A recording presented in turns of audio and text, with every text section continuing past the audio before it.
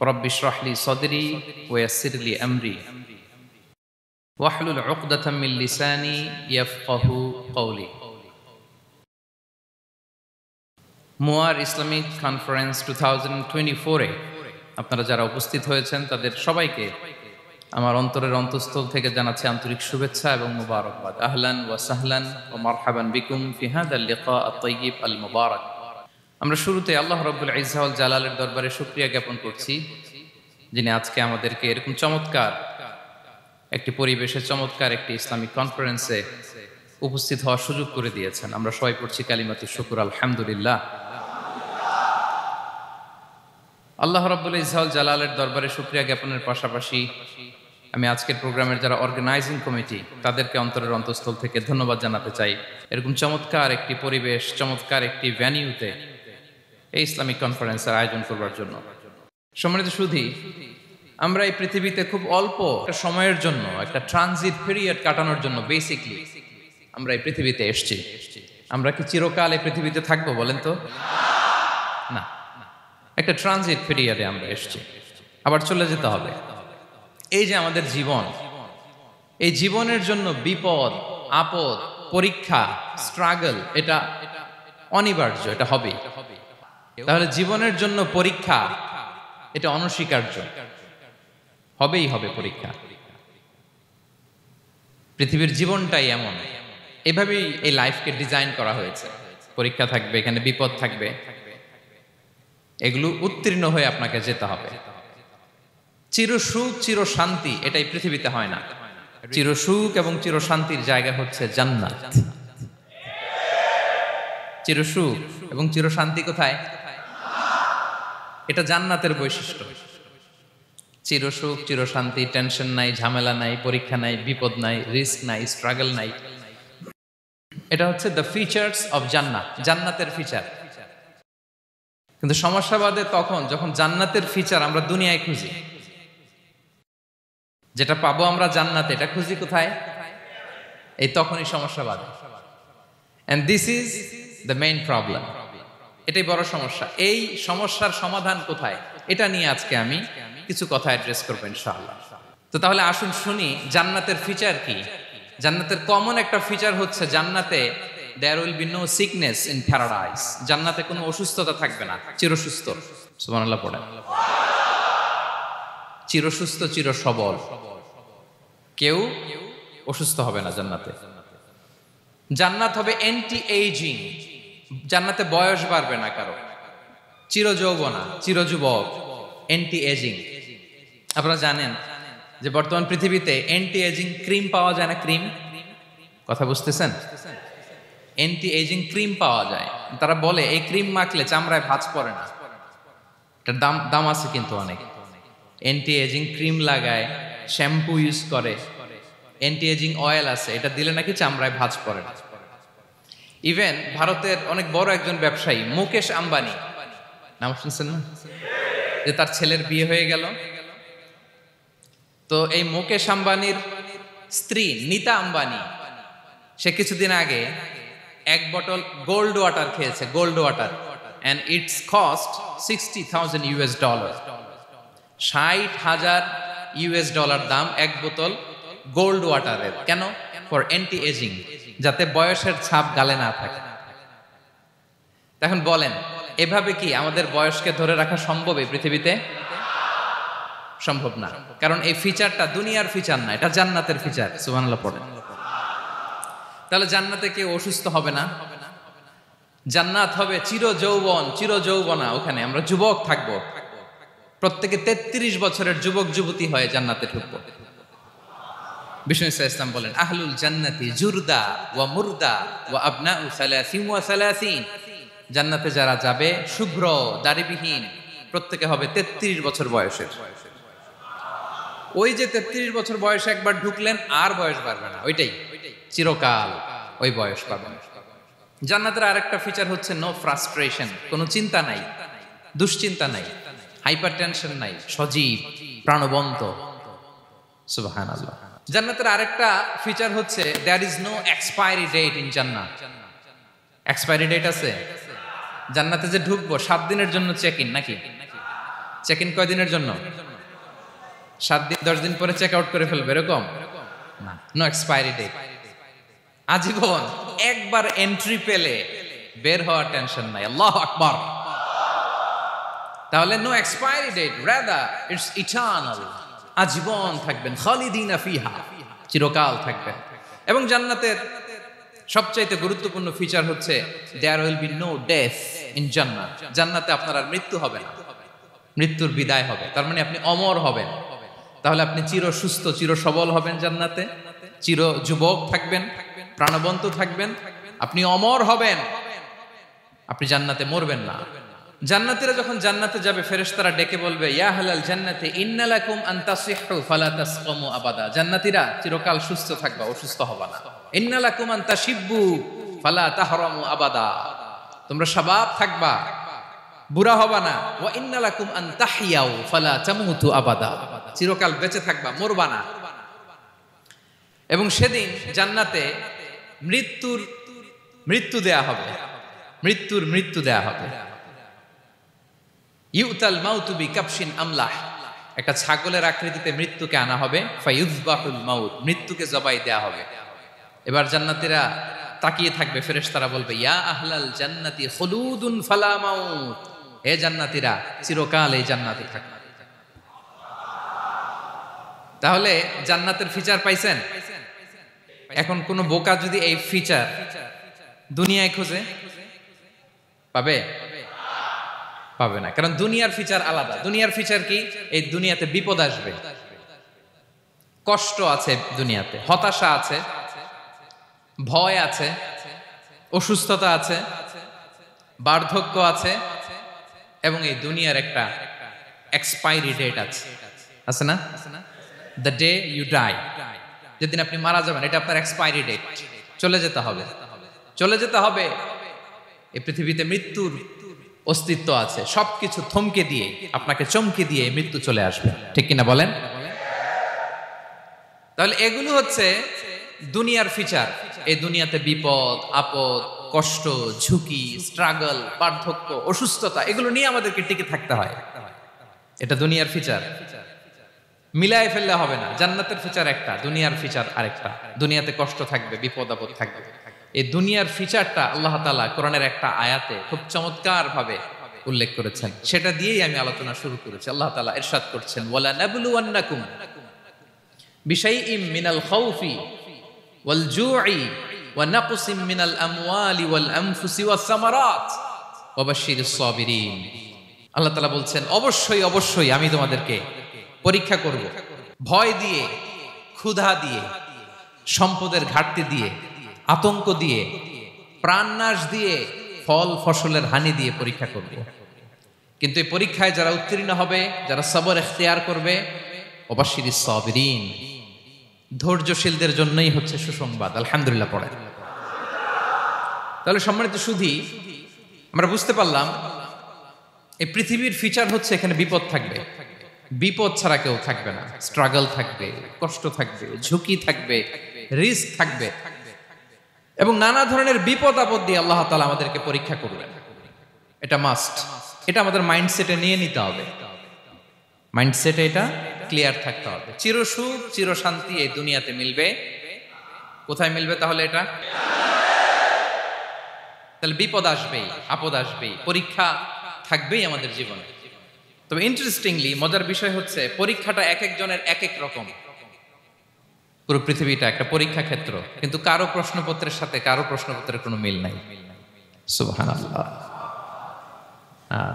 আমার পরীক্ষা একরকম, আপনার পরীক্ষা আরেক রকম, ওই ভাইয়ের পরীক্ষা আরেক রকম, ওনারটা আরেক রকম। সবাই পরীক্ষার্থী, সবাই পরীক্ষার্থী, কিন্তু কারো প্রশ্নপত্রের সাথে কারো প্রশ্নপত্রের কোনো মিল নাই। কারো জন্য পরীক্ষা হচ্ছে সে খুব অসুস্থ, প্রচন্ড অসুস্থতা, তার জন্য পরীক্ষা। ক্যান্সারের রোগী, দুরারোগ্য ব্যাধি, ডক্টর বলছে 4th স্টেজে চলে আসছে, কয়েক মাস বাঁচতে পারে, এটা তার জন্য পরীক্ষা। আবার কারো দেখবেন যে খুব একটা অসুস্থতা নাই, অসুস্থতার ঝামেলা নাই, কিন্তু তার দারিদ্রতা আছে, তার আর্থিক অনটন, এটা তার জন্য পরীক্ষা। আবার কারো দেখবেন অসুস্থতাও নাই, দারিদ্রতাও নাই, তার দাম্পত্য জীবনের সমস্যা আছে না নাই? অনেকের দেখবেন এগুলো কোনোটাই সমস্যা না, তার ছেলে কথা শোনে না, মাদকাসক্ত। আহা, মাদকাসক্ত, রিহ্যাবে পাঠায়, আবার আসে, আবার গাঁজা খাওয়া শুরু করে। আছে না নাই বলেন? দেখেন তার পরীক্ষাটা আবার আলাদা। অনেকের দেখবেন মেয়ে বাবার কথা শোনে না। আবার অনেকের দেখবেন যে ব্যবসায় সমস্যা, লসের পর লস, লাভ উঠাতে পারে না। তাহলে পরীক্ষা ছাড়া, বিপদ আপদ ছাড়া দুনিয়াতে কেউ নাই, কেউ নাই প্রিয় ভাইরা। এটা আমাদের মাথায় রাখতে হবে। পরীক্ষা আপনাকে দিতেই হবে, পরীক্ষা দিয়ে দিয়েই নিজেকে প্রমাণ করতে হবে। আর এক একজনের পরীক্ষাটা এক এক রকম, কারো পরীক্ষার সাথে কারো পরীক্ষার কোনো মিল থাকবে না। তো মাঝে মাঝে আমরা এটা ভুলে যাই। আল্লাহ তাআলা কালামে পাকে রিমাইন্ডার দিয়ে আমাদেরকে স্মরণ করিয়ে দিতে চান যে এই পৃথিবীতে আসলে তোমরা এসেছো পরীক্ষা দিতে। এটাই জীবনের বড় বাস্তবতা। আমাদের জীবনে যত হতাশা, আমাদের জীবন নিয়ে যত অভিযোগ, আমাদের মনে যত কষ্ট, আমাদের হৃদয়ের ভেতরে যত অস্থিরতা, তার মূলে হচ্ছে এই সমস্যা যে আমরা ভুলেই গেছি আমরা পরীক্ষা দিতে আসছি।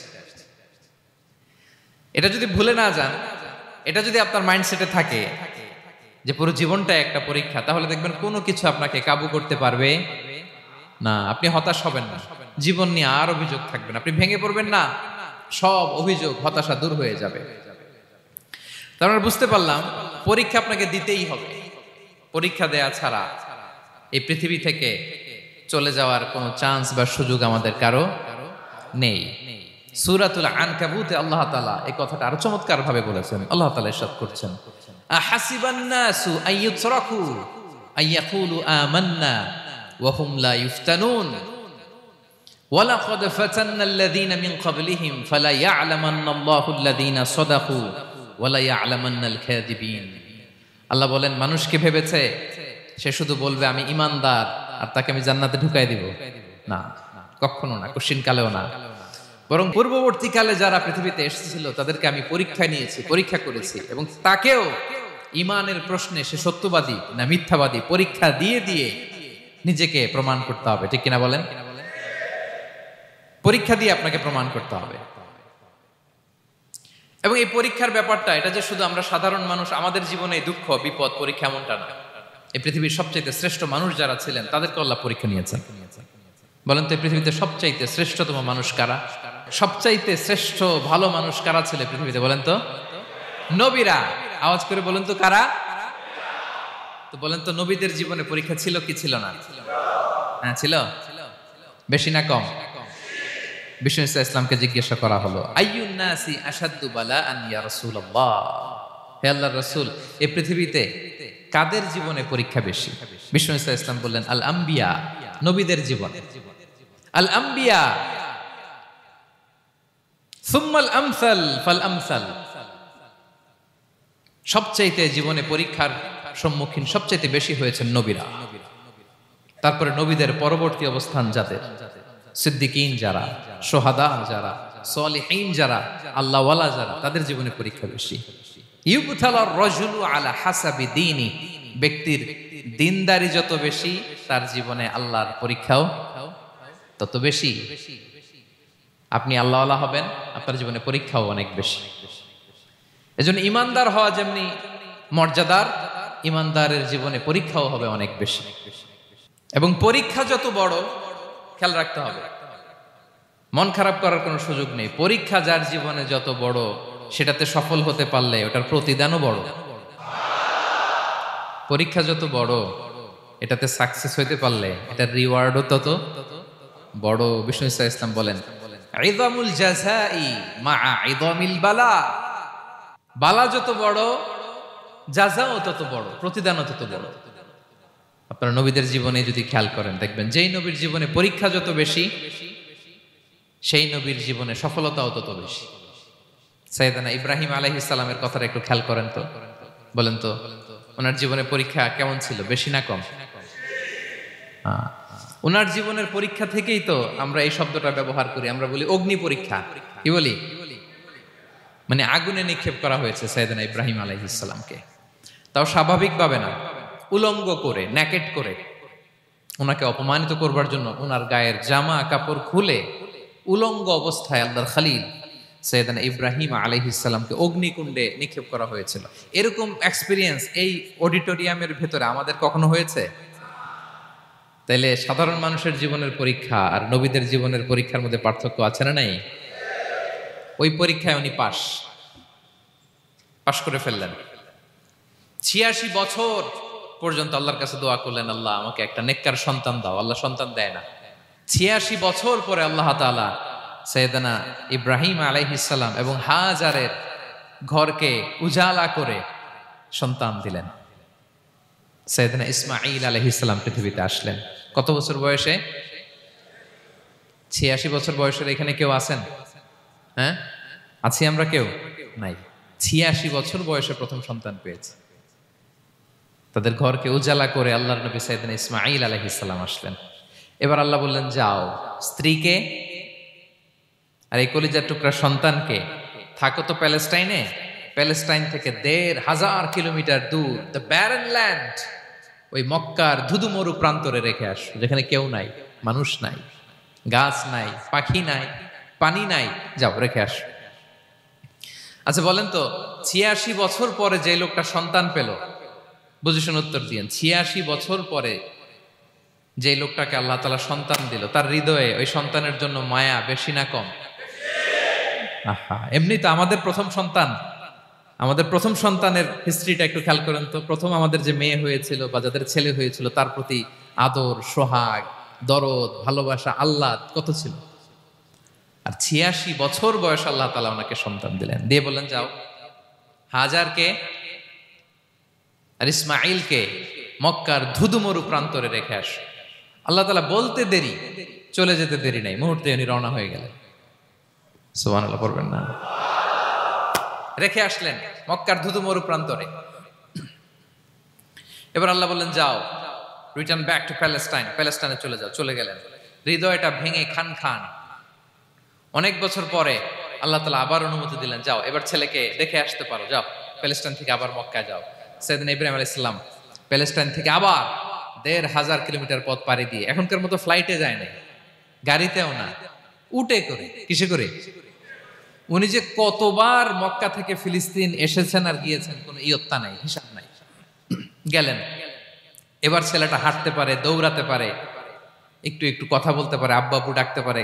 কেমন মায়া লাগে বলেন তো? মায়া ভালোবাসায় যখন টইটম্বুর, ঠিক ওই মুহূর্তে আল্লাহ বললেন ছেলেকে জবাই করো, জবাই করো ছেলেকে। আল্লাহ তাআলা বলতে দেরি করেছেন, আল্লাহর আদেশ পালনে ১ সেকেন্ডও তিনি দেরি করেন নাই। ছুরি চালালেন, জান্নাত থেকে দুম্বা নিয়ে আসা হলো। এভাবে আল্লাহর নবী ইব্রাহিম আলাইহিস সালাম ওনার জীবনের প্রতিটি ক্ষেত্রে যেখানে আল্লাহ তাআলা ওনাকে পরীক্ষা নিয়েছেন, উত্তীর্ণ হয়েছেন। এবং দেখেন ওনাকে আল্লাহ তাআলা কি উপহার দিলেন, আল্লাহ তাআলা ওনাকে খলিলুল্লাহ উপাধি দিলেন, আল্লাহর বন্ধু। সুবহানাল্লাহ বলেন। আল্লাহ তাআলা বলছেন, ওয়া ইযিবতালা ইব্রাহিম রাব্বুহু বিকালিমাতিন ফাআতাম্মাহুন ক্বালা ইন্নী জাঈলুকা লিন-নাসি ইমামা। আল্লাহ অনেকগুলো পরীক্ষা নিয়েছিলেন সাইয়েদনা ইব্রাহিম আলাইহিস সালাম, প্রতিটা পরীক্ষায় সাকসেসফুলি পাস করেছেন, গোল্ডেন এ প্লাস। আল্লাহ বলেন, ইন্নী জাঈলুকা লিন-নাসি ইমামা, I'm gonna make you the leader for the entire human being. I'm gonna appoint you as a leader for the entire universe. গোটা বিশ্বের জন্য, গোটা মানবতার জন্য আমি তোমাকে লিডার বানায় দিলাম। ইযামুল জাযাই মা'a ইযামিল বালা। পরীক্ষা যত বড়, ওই পরীক্ষায় পাশ করলে ওইটার ফলাফল ও প্রতিদানও বড়। তাহলে দেখেন প্রিয় ভাইরা, সাইয়েদনা ইব্রাহিম আলাইহিস সালামের জীবনে পরীক্ষার কোনো শেষ ছিল না। আমি আপনি কোথায়? আল্লাহর খলিলের জীবনে যদি এত পরীক্ষা থাকতে পারে, আমি আপনি কোথায় বলেন তো? এবার বলেন, সাইয়েদনা মূসা আলাইহিস সালাম, ওনার জীবনে তো কোনো পরীক্ষার ছিল না। হ্যাঁ, গুণে শেষ করতে পারবেন? জন্মটাই তো হয়েছে পরীক্ষার মধ্য দিয়ে। মিশরের ছেলে সন্তান হইলেই ফেরাউন বলছে জবাই করো। ওনার মা এরকম সিন্ধুকে করে ভাসায় দিলেন নীল নদীতে। আল্লাহু আকবার! কি একটা রোমাঞ্চকর পরিস্থিতির মধ্য দিয়ে আল্লাহ তাআলা ওনাকে বাঁচালেন। সুবহানাল্লাহ। জন্মই হয়েছে পরীক্ষার মধ্যে দিয়ে। বড় হইলেন, ফেরাউনের ভয়ে দেশ ত্যাগ করলেন, মিশর থেকে মাদিয়ান। আবার আল্লাহর আদেশে যখন ফিরে আসলেন, আবার ফেরাউনের সাথে তর্ক বিতর্ক, যুদ্ধ। একটা রাত আল্লাহ নবী মুসা আলাইহিস সালাম শান্তি মতো মিশরে ঘুমাতে পারে নাই। একটা রাত শেষ পর্যন্ত এই ফেরাউন মুসা আলাইহিস সালামকে ধাওয়া করেছে। ফেরাউনের ধ্বংসের আগ পর্যন্ত সে মুসা আলাইহিস সালামকে ধাওয়া করেছে। তার মানে মুসা আলাইহিস সালাম এই বিপদ আপদ পরীক্ষা এগুলো থেকে মুক্তি পান নাই। এবার বলেন ঈসা আলাইহিস সালামের কথা, ওনার জীবনে তার পরীক্ষা ছিল না? কি পরীক্ষা ছিল? হ্যাঁ, আল্লাহু আকবার। Same scenario goes to the biography of every messenger in the world. পৃথিবীর সব নবীর ক্ষেত্রে একই ঘটনা ঘটেছে। সাইয়েদনা ঈসা আলাইহিস সালাম দাওয়াত যখন দিলেন, ওনার বিরোধিতা শুরু হলো, ওনাকে হত্যার ষড়যন্ত্র হলো, ইভেন কি ওনাকে মারার জন্য বনি ইসরায়েলেরা উদ্ধত হলো, জানে বাঁচবার জন্য পালালেন, এক ঘরে ঢুকলেন, চারদিক দিয়ে ঘেরাও করলো, উনি দরজা জানালা লাগাই দিলেন। ওরা বললো একজন দরজা ভেঙে জানালা ভেঙে ভিতরে ঢুকে দেখো বেটা ঈসা কি করে। একজন ভিতরে ঢুকছে, ঢুকার সাথে সাথে বল রাফাআহুল্লাহু ইলাইহি, আল্লাহ তাআলা ঈসা আলাইহিস সালামকে উপরে উঠায় নিলেন। আর যেই লোকটাকে তারা ভেতরে ঢুকালো তার চেহারাকে আল্লাহ তাআলা ঈসা আলাইহিস সালামের চেহারার মতো করে দিলেন। এবার তার বাইরের সাথীরা বলে ঘটনা কি, বেটা ঈসাও বেরোয় না, আমাদের লোকটাও বেরোয় না, সবাই ঢুক। দরজা ভেঙে ভেতরে ঢুকে দেখে ঈসা দাঁড়ায় আছে। বলেন তো এটা ঈসা না মিসা? এটা কি আসল ঈসা? ওমা কতালু ওমা সলাবু ওয়ালাকিন শুব্বিহা লাহুম। আল্লাহ বলে তোমরা আমার নবী ঈসাকে হত্যাও করতে পারো নাই, শুলেও চড়াতে পারো নাই, আমি সেফটি সিকিউরিটি দিয়ে আমার নবী ঈসা আলাইহিস সালামকে আকাশে তুলে নিয়েছি। তাহলে ওনার জীবনও পরীক্ষার শেষ ছিল না। এবার যদি আমরা বিশ্বনবী সাল্লাল্লাহু আলাইহি ওয়াসাল্লামের জীবনের দিকে তাকাই, ওনার জীবনটা দেখেন তো। আমাদের পেয়ারা নবী বিশ্বনবী মুহাম্মদুর রাসূলুল্লাহ সাল্লাল্লাহু আলাইহি ওয়াসাল্লাম, ওনার জীবনে কি স্ট্রাগল ছিল? স্ট্রাগল। মাক্কি জীবনের কথা যদি একটু খেয়াল করেন, দেখেন তো 3 বছর শিয়াবে আবি তালেবে জেল খেটেছেন, না খেয়েছিলেন। ওনার বংশের লোকেরা প্রথমে ছাগল খেয়েছে, ছাগলগুলো যখন শেষ, ছাগলের চামড়াগুলো শুকিয়ে ওইটা খাইছে। গাছের পাতা ছাল এগুলো খেয়ে খাবারের অভাবে বেহুশ হয়ে পড়ে থাকতো তারা। এ হচ্ছে মাক্কি জীবন। মেন্টালি প্রেসার দেয়া হয়েছে। বিশ্বনবীর চাচা আবু লাহাব, তার 2 ছেলে উতবা আর উতাইবা, এদের সাথে বিয়ে দিয়েছিলেন 2 মেয়ের। যখন দাওয়াত দেওয়া শুরু করলেন 2 মেয়েকে ডিভোর্স দিয়ে দিল। দেখেন একটা বাবার জন্য প্রাপ্তবয়স্কা মেয়েকে যখন উঠায় নেয়ার আগে ডিভোর্স দেয়, তার মানসিক অবস্থাটা কেমন থাকে বলেন? মেন্টালি প্রেসারাইজ করা হয়েছে, ফিজিক্যালি হ্যারাস করা হয়েছে। বিষ্ণু ইসলাম যখন নামাজে দাঁড়াতেন, উটের পচা নারী ভুড়ি বিষ্ণুনবীর কাঁধে চাপিয়ে দেওয়া হতো। তায়েফে গেলেন, বিশ্বনবী তায়েফে গেছিলেন জমির বায়না দিতে, তাই না? জমি কিনবে তায়েফে। তায়েফবাসীদেরকে জাহান্নামের আগুন থেকে বাঁচাতে গিয়েছিলেন, নিজের জন্য না। সেখানে তায়েফের ছেলেরা পাথর মেরেছে বিষ্ণু ইসলামের গায়ে। এত শুভ্র দেহ ছিল, চেহারা ছিল, বিষ্ণুনবীর গা দিয়ে ঝরঝর করে রক্ত ঝরেছে। ফিজিক্যাল হ্যারাসমেন্টের শিকার হয়েছেন বিষ্ণু ইসলাম। যখন যেদিন বিষ্ণু ইসলামকে হত্যার ষড়যন্ত্র করা হলো, আল্লাহ তাআলার আদেশে তিনি মক্কা থেকে মদিনায় হিজরত করলেন। মদিনাতে যে একটা রাত 7ম হিজরির আগ পর্যন্ত শান্তিতে ঘুমাতে পারেন নাই। 3 দিকে 3 ইহুদি বসতি, বনু কাইনুকা, বনু নদীর, বনু কুরাইজা। আহা, খাওয়ার মধ্যে বিষ মিশিয়ে দেয়া হয়েছিল বিষ্ণু ইসলামের। বাজুর, খাসির বাজুর রান পছন্দ করতেন। এক ইহুদি মহিলা বিষ্ণু ইসলামের ওই রানের মধ্যে বিষ মিশিয়ে দিয়েছিল। ওই বিষের যন্ত্রণায় মৃত্যুর আগ পর্যন্ত বিশ্বনবী কাতরাতেন, এবং উনি ইন্তেকালের সময় ওই বিষের ব্যথা যন্ত্রণাতে ইন্তেকাল করেছেন। বিশ্বনবীর ইন্তেকালটা শাহাদাতের ইন্তেকাল ছিল। বিষ্ণু ইসলাম বলেছেন, ওই যে খায়বার এলাকার ওই মহিলা যে আমার খাবারে বিষ মিশিয়েছিল, সেই বিষের যন্ত্রণা, বেদনা, কষ্ট আমি অনুভব করছি। একটা রাত শান্তির ঘুম তিনি দিতে পারেন নাই। প্রিয় ভাইরা, তাহলে আমরা কি বুঝলাম? বিশ্বনবীর জীবনে পরীক্ষা ছিল কি ছিল না? আমাদের উপায় আছে? আমরা বাঁচতে পারবো এই বিপদ আপদ পরীক্ষা ঝঞ্ঝাল থেকে? বাঁচতে চাইলেও বাঁচতে পারবো? পারবো না। ইমাম মালিক আলাইহি রাহমা নাম শুনেছেন? ইমাম মালিক, ওনার জ্ঞান থেকে লাখো লাখো মানুষ উপকৃত হয়েছে, কোটি কোটি মানুষ উপকৃত হয়েছে। মদিনার রাস্তায় রশি দিয়ে ওনাকে টেনে হিচড়ে এক এলাকা থেকে আরেক এলাকায় নিত জালেম বাদশারা। ইমাম মালিক আলাইহি রাহমা, ইমাম আহমদ ইবনে হাম্বল, ওনাকে বেত্রাঘাত করা হতো, চাবুক দিয়ে পেটানো হতো। আমাদের মাযহাবের ইমাম আল ইমাম আল আযম আবু হানিফা আলাইহি রাহমা, ওনাকে কারাবন্দী করা হয়েছিল। তার মানে দেখেন, যত বড় বড় স্কলার, যত বড় বড় মাশায়েখ, এমনকি আম্বিয়া আলাইহিমুস সালাম, ওনারাও পরীক্ষা বিপদ আপদ থেকে রেহাই পান। পাইছে? তাহলে আপনি আর আমি পাবো? বলেন তো। তাহলে এটা আমাদের ব্রেইনে গেঁথে নিতে হবে যে জীবন মানেই এখানে বিপদ থাকবে, পরীক্ষা থাকবে, স্ট্রাগল করে করে আমাকে আগাতে হবে। কেউ আমার জন্য রেড কার্পেট বিছিয়ে রাখবে না। এই জীবনটা বড় জটিল। This is life, how it's design. এভাবেই পৃথিবীকে ডিজাইন করা হয়েছে। এখানে বিপদ আছে, কষ্ট আছে। এই পরীক্ষা দিয়ে দিয়ে আপনাকে উত্তীর্ণ হতে হবে। বুঝতে পেরেছেন প্রিয় ভাইরা? নাও দ্য কোশ্চেন অ্যারাইজ, এখন প্রশ্ন হচ্ছে কেন আল্লাহ এই পরীক্ষা নেন? কেন?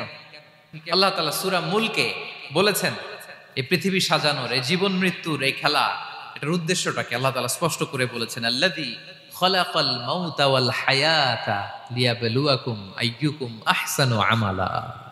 জীবন মৃত্যু দিয়ে তোমাদের জীবনকে সাজানো হয়েছে এজন্য, যাতে করে তিনি তোমাদের পরীক্ষা করতে পারেন। কি করতে পারেন? তোমাদের মধ্যে কে সৎকর্মে অগ্রগামী, কে কাজে ভালো, আমলে ভালো, এটা দেখার জন্য। বেসিকলি আল্লাহর দেখার প্রয়োজন নাই, আমাদেরকে দেখানোর জন্য এই পরীক্ষার আয়োজন। আমি ভালো করবো না খারাপ করবো এটা আল্লাহ জানে না? তো ওনার পরীক্ষা করা লাগে কেন? কথা বলেন। আমি জান্নাতি না জাহান্নামী এটা আল্লাহ জানেন না? বেসিকলি আমাদেরকে জানানোর জন্য এই পরীক্ষার আয়োজন। কাদেরকে জানানোর জন্য? মানে তুমি জেনে যাও তুমি জান্নাতি না জাহান্নামী। আমি ভালো করেই জানি। একটা ছোট্ট উদাহরণ দিলে বুঝতে পারবেন প্রিয় ভাইয়েরা। ধরেন আল্লাহ তাআলা দুইজনকে সৃষ্টি করলেন। উদাহরণস্বরূপ একজনের নাম আব্দুল্লাহ, আরেকজনের নাম আব্দুর রহমান। সৃষ্টির পরে আব্দুল্লাহকে বললেন, আব্দুল্লাহ আমি জানি তুমি পৃথিবীতে 50 বছর হায়াত পাইতা, খুব ভালো কাজ করতে, তুমি দুনিয়াতে অনেক ভালো কাজ করতে, এটা আমি আগেই জানি, আমার অসীম জ্ঞান বলে আমি আগে থেকেই জানি। তো যাও, তোমার এইমাত্র সৃষ্টি করলাম, যাও তুমি জান্নাতে ঢুকে যাও, কারণ আমি জানি তুমি জান্নাতি হবে। আচ্ছা, আর আব্দুর রহমান তুমি পৃথিবীতে খুব খারাপ কাজ করতে, এটা আমি জানতাম, তোমারে পাঠাইলে খারাপ কাজ করবা, তুমি সীমা লঙ্ঘন করবা, অন্যায় করবা, অপরাধ করবা, তুমি জাহান্নামী হবা, যাও। যেহেতু আমি জানি পরীক্ষার আর দরকার নেই, তোমারে জাহান্নাম দিয়ে দিলাম, যাও ঢুকে যাও। আব্দুল্লাহ ঠিকই জান্নাতে ঢুকে যাবে, আব্দুর রহমান কি ঢুকবে? ঢুকবে। সে বলবে, আল্লাহ এইমাত্র আমারে বানাইলেন, এইমাত্র আপনি আমাকে সৃষ্টি করলেন, সৃষ্টি করেই বলতেছেন তুমি জাহান্নামে যাও, আর বলতেছেন আমি জানি দুনিয়াতে পাঠালে তুমি খারাপ কাজ করবা, তুমি জাহান্নামী হবা, পাঠানোর আর কি দরকার, আগে থেকে জাহান্নামে যাও। আল্লাহ আপনি জানলে জানতে পারেন, আমি তো জানি না। ঠিক কিনা বলেন? সে বলবে, না আল্লাহ আপনি ভুল বলতেছেন, এই দুনিয়াতে পাঠাইলে আমি খুব ভালো কাজ করতাম, আমি সীমা লঙ্ঘন করতাম না, নামাজ পড়তাম, রোজা রাখতাম, হজ করতাম, যাকাত দিতাম, সাদাকা করতাম, চ্যারিটি করতাম, জনকল্যাণকর সব ভালো কাজগুলো আল্লাহ আমি করতাম। এজন্য আল্লাহ তাআলা পরীক্ষার আয়োজন করেছেন, যাতে করে তুমি জেনে যাও যে পৃথিবীতে তুমি কি করেছো। এখন আর আল্লাহকে এক্সকিউজ দেওয়ার সুযোগ নেই। আচ্ছা বলেন তো, আবু জাহেলকে যদি আল্লাহ এখন কিয়ামতের দিন বলে, Abu Jahl go to the hell fire, Abu জাহেলের কিছু বলার সুযোগ আছে? কারণ ও দুনিয়াতে কি করে আসছে এটাও জানে না। ফেরাউনকে ডেকে যদি আল্লাহ বলে, ফেরাউন তুমি জাহান্নামে যাও, go to the hell fire, ওর কি কোনো এক্সকিউজ দেওয়ার সুযোগ আছে?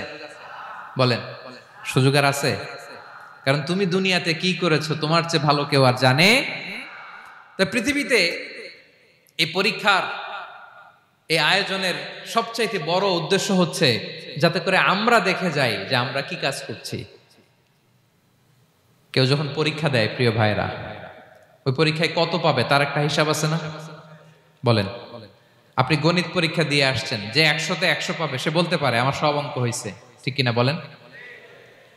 আর যে লাড্ডু গুড্ডু বুঝছেন তো, কিছুই পারে নাই, ঘোড়ার ডিম, তারও একটা হিসাব আছে যে সে কিছুই লিখে আসতে পারে নাই। তাই পৃথিবীতে এই পরীক্ষার আয়োজনের প্রধানতম কারণ হচ্ছে যাতে করে আমরা বুঝে যেতে পারি যে আমরা কোথায় যাব, জান্নাতে না জাহান্নামে। প্রিয় সুধী, এ পর্যায়ে আমরা জানবো এই যে পরীক্ষা আল্লাহ তাআলা নিচ্ছেন আমাদেরকে, এই পরীক্ষায় সফল হওয়ার মূল মন্ত্র কি? কোরআনে বিভিন্ন আয়াতে এই পরীক্ষার কথা বলা হয়েছে এবং এই পরীক্ষার সফলতার মূল মন্ত্রও কোরআনে ঘোষিত হয়েছে। আলহামদুলিল্লাহ বলেন। যে আয়াত দিয়ে আমি শুরু করেছি এই আয়াতে আল্লাহ তাআলা বলেছেন ওয়াবাশশিরিস সাবিরিন, নবী হে ধৈর্যশীলদেরকে আপনি সুসংবাদ দিন। ধৈর্যশীলদেরকে সুসংবাদ দিন, তার মানে বিপদে ধৈর্য ধারণ করতে হবে। প্রিয় ভাইরা, ইন্নামাস সাবরু ইনদা সাদামাতিল উলা, বিপদে আমরা অনেক সময় প্যানিক হয়ে যাই, অস্থির হয়ে যাই, কি করব, হতাশ না। মুমিনরা হতাশ হয় না, ধৈর্য ধারণ করে। কি করে? আল্লাহ যেন বিপদে আমাদেরকে ধৈর্য ধারণ করার তৌফিক দান করে।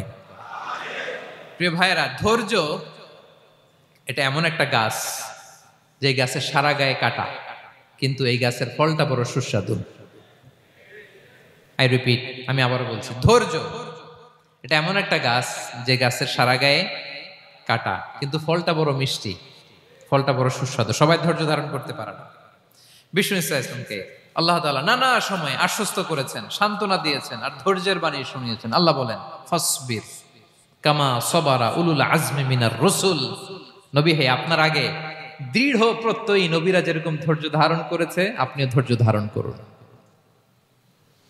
সূরাতুল মুজাম্মিল আল্লাহ তাআলা বলছেন ওয়াসবির আলা মা ইয়াকুলুনা ওয়াহজুরহুম হাজরান জামিলা, ওরা যাই বলুক আপনি ধৈর্য ধারণ করুন, ওদের কথাকে ইগনোর করুন। Just ignore what they are saying to you, যা বলে আপনি জাস্ট ইগনোর করেন। ওরা বিষ্ণু ঈসা ইসলামের মনোবলকে ভেঙে দেওয়ার জন্য কখনো বিষ্ণু ঈসা ইসলামকে কবি বলে গালি দিত। কবি কি বলতো? শায়ের। কখনো বলতো মজনুন, পাগল। নাউজুবিল্লাহ পড়বেন না? পাগল বলে গালি দিত। মাঝে মাঝে বলতো কাহিন, গণক। মাঝে মাঝে বিষ্ণু ঈসা ইসলামকে তারা বলতো আবতার, লেস কাটা। মুহাম্মদ তোমার ছেলে নাই, তোমার বংশ নির্বংশ হয়ে গেছে, তোমার নাম নেয়ার মতো কেউ নাই। আহা, কপাল পোড়া। গোটা বিশ্বব্যাপী বিষ্ণু ঈসা ইসলামের সুনাম সুখ্যাতি ছড়িয়ে দিয়েছে কে? আকাশ বাতাস মাড়িয়ে, সাত আকাশ ছাড়িয়ে আল্লাহর আরশ পর্যন্ত আল্লাহ তাআলা বিষ্ণুনবীর সুনাম সুখ্যাতিকে সুউচ্চ করেছেন। ঠিক কিনা বলেন? ইগনোর করুন। আপনাকে কবি বলে, গণক বলে, আপনাকে পাগল বলে, আপনাকে লেসকাটা বলে, জাস্ট ইগনোর দেন। বর্তমান সময়েও নানা ধরনের ট্যাগ আমাদেরকেও দেয় কি দেয় না বলেন? দেয়। আমাদেরকে কি বলে? মৌলবাদী বলে, বলে বলে ওই যে রাজাকার বলে। রাজাকার রাজাকার খেলার দিন শেষ। মন মতো হইলে মুক্তিযোদ্ধা, মন মতো না হইলে রাজাকার, এই দিন শেষ। ওই দিন আর নাই, এই কার্ড দিয়ে আর খেলার দিন নাই। এগুলো মানুষ আর খায় না এখন, এগুলো গিলে না আর। সাধারণ মানুষ বড্ড সচেতন। দেখেন কালের বিবর্তনে, সময়ের আবর্তনে একই পরিক্রমা আমাদেরকেও ট্যাগিং করে, আমাদেরকে মৌলবাদী বলে, ব্যাকডেটেড বলে, রাজাকার বলে, জঙ্গি বলে, যুদ্ধাপরাধী বলে। আছে না এরকম? ওয়াসবির আলা মা ইয়াকুলুন, নিজের সাথে মিলায় নেন, যা বলে ধৈর্য ধারণ করো। ওয়াহজুরহুম হাজরান জামিলা, জাস্ট ইগনোর দেন, ভালোভাবে ইগনোর করেন, খালাস, সালাম দিয়ে কেটে পড়েন। তাহলে প্রিয় ভাইরা, এই বিপদ আপদ আমাদের পিছু ছাড়বে না, পিছু ছাড়বে না। নবীদের পিছু ছাড়ে নাই, আমরা কোথায়? আমরা আর কি? বিপদ আমাদেরকে ধৈর্য ধারণ করতে হবে, মনোবল হারাইলে হবে না। দেখেন বিশ্বনবী কিভাবে আপনাদেরকে সান্ত্বনা দেয়। বিশ্বনবী বলেন আজাবান লি আমরিল মুমিন, মুমিনের ব্যাপারটা বড় আশ্চর্যজনক। ফাইন্না আমরাহু কুল্লাহু লাহু খাইর, মুমিনের জীবনে যা ঘটে সবটাই খাইর, সবটাই কল্যাণ। ইন আসাবাতহু সাররাউ শাকারা ফাকানা খাইরাল্লাহ ওয়া ইন আসাবাতহু দাররাউ সাবারা ফাকানা খাইরাল্লাহ। মুমিনের জীবনে যদি সুখ আসে তাহলে মুমিন শুকরগুজার হয়, এটা তার জন্য ভালো। আর যদি মুমিন জীবনে দুঃখ আসে তাহলে সে সবর ইখতিয়ার করে, এটাও তার জন্য ভালো। সুবহানাল্লাহ। তাহলে দেখেন আমরা হয় সুখে থাকি নয় দুঃখে থাকি, ঠিক কিনা বলেন? তাহলে সুখের সময় আমরা শুকর করি, কি করি? শুকর গুজার হই।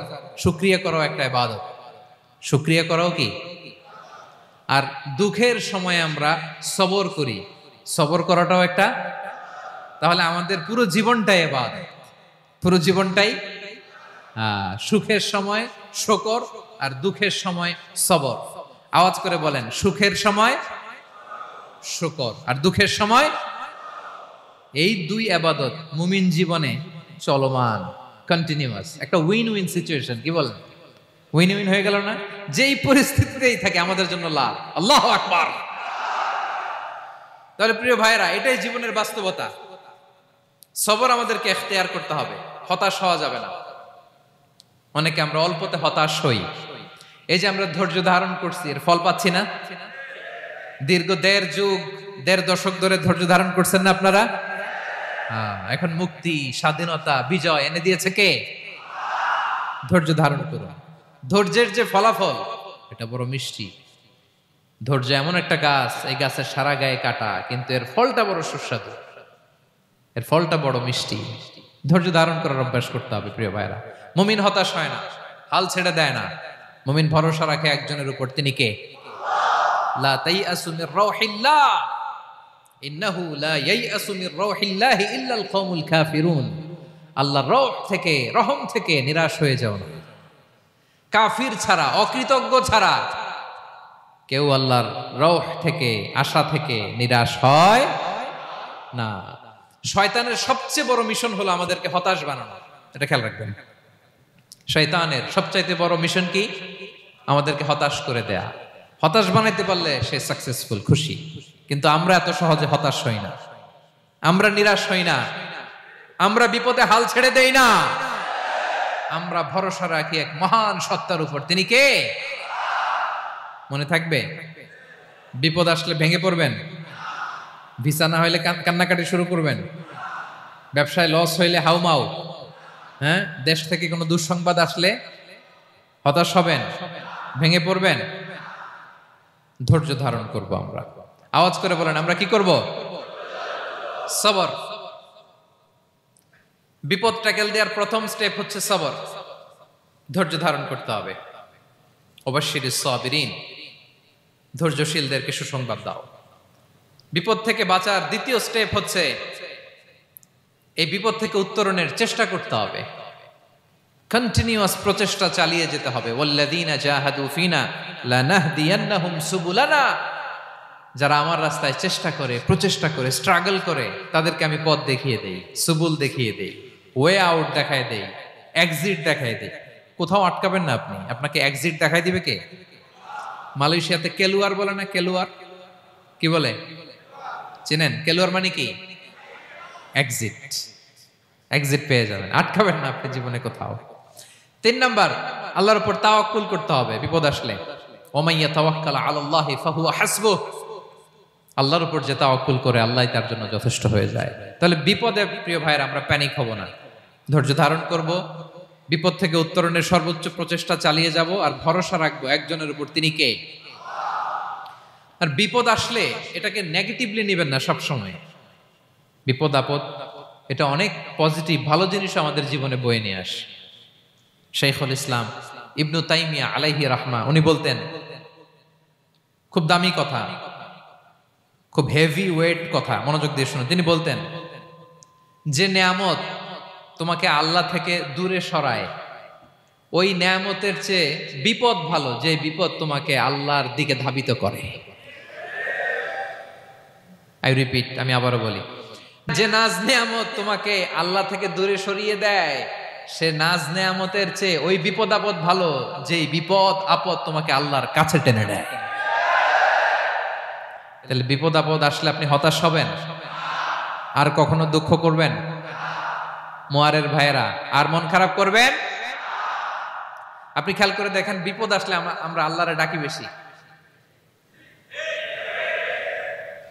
যখন অসুস্থ আপনি খেয়াল করেন তো, আল্লাহ আল্লাহ, তুমি ছাড়া বাঁচানোর কেউ নাই, আল্লাহ আল্লাহ তুমি হেফাজত করো, আল্লাহ তুমি সুস্থ করে দাও। যখন লাইফ থ্রেট, দেখেন আপনি গুম হয়ে যেতে পারেন, আপনার কারাবন্দী করতে পারে, এরকম একটা বিপদের মধ্যে আছেন, তখন খেয়াল করেন তো আল্লাহর সাথে আপনার কানেক্টিভিটি, রিলেশনশিপটা কতটা ডেভেলপ হয়। কারণ বিপদে পড়লে আমরা আল্লাহরে ডাকি বেশি। তাহলে বিপদ আপদেরও কিছু পজিটিভ সাইড বা দিক আমাদের জীবনে আছে না নাই? অনেক পজিটিভ দিক আছে, কয়েকটা শেয়ার করি। এক নাম্বার পজিটিভ সাইড তো বললাম, ইমাম ইবনু তাইমিয়া যেটা বললেন। এরপরে হচ্ছে মাঝে মাঝে আল্লাহ তাআলা আমাদের মর্যাদাকে আপগ্রেড করতে চায়, এলিভেট করতে চায়। আপনি ধরেন কোন একটা এয়ারলাইন্সের রেগুলার প্যাসেঞ্জার টিকিট কাটেন, মাঝে মাঝে হঠাৎ করে দেখবেন কাউন্টারে গেলে তারা বলে you are upgraded to business class, অথবা you are upgraded to first class. যেহেতু রেগুলার প্যাসেঞ্জার, অনেক মাইলস জমা হয়েছে, আপগ্রেড করে দেয়। তো আল্লাহ তাআলা মাঝে মাঝে চায় তিনি আমাদের মর্যাদাকে, র্যাঙ্ক এটাকে আপগ্রেড করবেন, কিন্তু আমার যে আমল আখলাকের অবস্থা, ওইটা দিয়ে ওই আপগ্রেড র্যাঙ্কে যাওয়ার সুযোগ নাই। বুঝতেছেন কথা? আল্লাহ চায় আমার লেভেল একটু আপ করতে, কিন্তু আমার আমলের যে অবস্থা, এতে আমি ওখানে যাই না। তখন আল্লাহ কিছু বিপদ আপদ দিয়ে, পরীক্ষা দিয়ে বান্দাকে টেস্ট করে। ওই পরীক্ষায় যদি উত্তীর্ণ হন, সাথে সাথে আল্লাহ তাআলা আপনার লেভেল বা র্যাঙ্ক আপগ্রেড করে দেয়। সুবহানাল্লাহ পড়বেন না?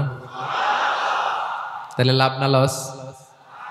আওয়াজ করে বলেন, লাভ না লস?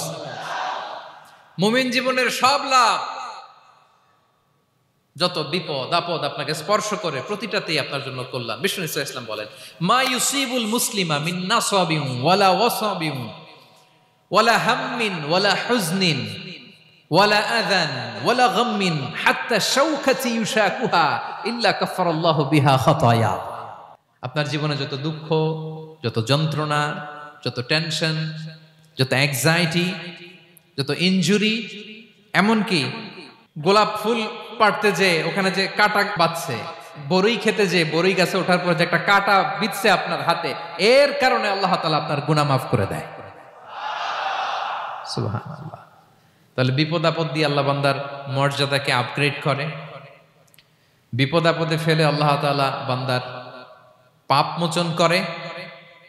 বিপদ আপদ দিয়ে আল্লাহ তাআলা বান্দার শাস্তি মওকুফ করে। এমন পাপ করছেন, এটার জন্য শাস্তি বরাদ্দ হয়ে গেছে, কিন্তু আল্লাহ তাআলা ওই শাস্তি থেকে মাঝে মাঝে আপনাকে বাঁচাতে চায়, তখন কিছু বিপদ দিয়ে বান্দারে পরীক্ষা করে। উত্তীর্ণ হলেই আল্লাহ তাআলা ওই শাস্তিকে মওকুফ করে দেয়।